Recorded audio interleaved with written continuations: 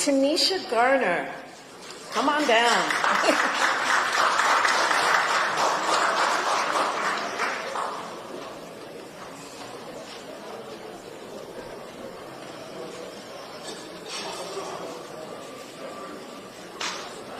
Good evening, Tanisha.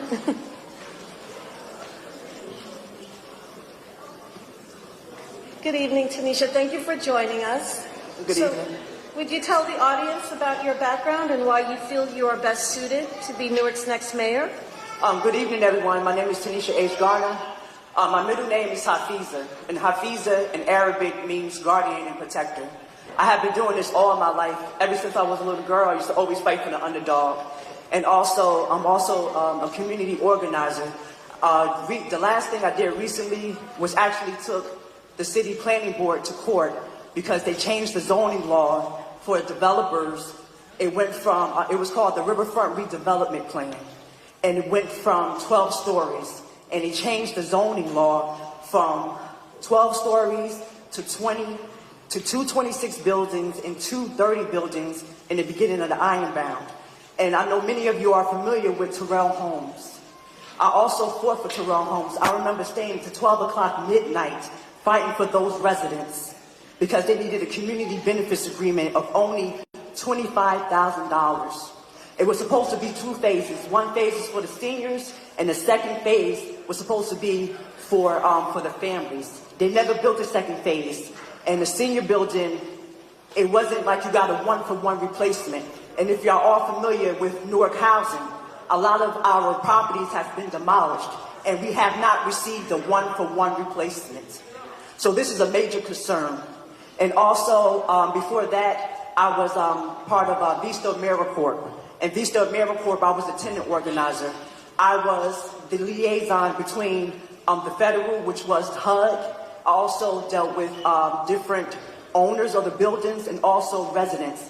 And I taught them how to advocate for themselves. I had 440 Washington Street. When that little girl died in that building, I wrote a recommendation to HUD and also to that particular entity at that time.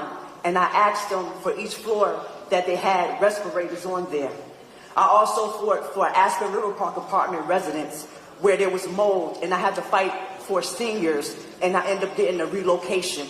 I also fought for residents who were being evicted, and I went to court with them as a representation to be able to save some of them, because a lot of recertifications were null and void because the manager did not do their job. So what I'm saying, I'm fighting, I continue to fight, and I will be fighting. And also, another thing that I did was I was part of Tri-State Transportation Camp. I actually went to New Jersey Transit Board, and I actually met with one of the board members, Nara, and I fought for the 31 and the 24 and the 44 to get back online. And at that time, I worked with Assembly Benson. We worked on the Bus Rider Bill of Rights, and that's for the whole state of New Jersey, because you know that New Jersey Transit is in a deficit. That means every year it goes up perpetuity, and people are struggling. And I remember fighting for 219 Mile Prospect, when those residents were illegally evicted because they said the city condemned the building. I remember that last storm. Did you know they came that Saturday to displace them with no warning? I actually helped them get attorneys to fight for them, and I also worked with Seton Hall Law School, where I taught four-year law students to understand what housing is. Because when you train them, they will be the judges and the attorneys that represent our community. So that's the type of work that I'm doing, and I will continue to do as your mayor and be able to advocate and teach everyone. Thank you. Thank you, Tanisha.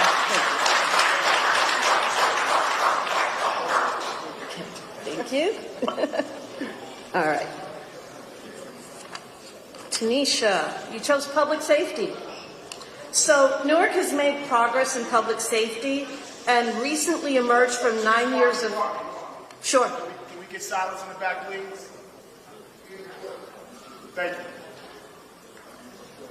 So Newark had federal monitoring for 9 years. That ended. And last year, at the end of the year, we saw a spate of violence. You know, children were killed, young adults.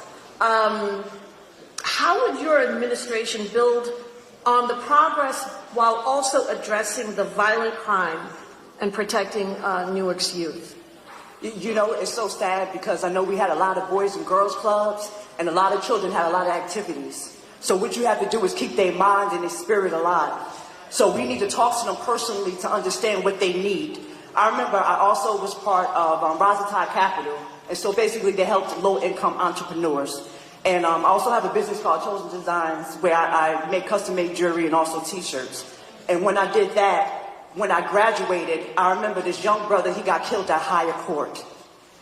And I had to, when that happened, after that, we had a graduation, and at that time we had the Newark shops, and we used to have it was like a group of us, and we had a shop that was on Polk Street, and I had the honor to be able to do a ribbon cutting, and I spoke about that brother and the conditions of our community. And so what I did was I did this program called Love Where You Live and Live Where You Love. And so what I did was I took different children within the area in the Ironbound, and it was Higher Court, it was Terrell Homes, it was Aspen River Park Apartments, and it was also children in a neighboring community. And I was blessed by credential to be able to take them to a hockey game. And one of the young youth, he was actually a hockey player. So what we need to know is, what do our children need? And when we want to talk about balance, it's always been balanced here. You have to remember, we live on a planet that's full of polarity. That means negative and positive energy. What do we choose? We live in a world that we never, as black people, we never received our reparations, and we're still fighting.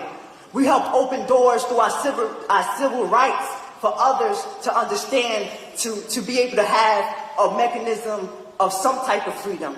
It's all of us that has to work together. They said the police is supposed to protect and serve. We have to be community. Community means all of us. So what does that mean?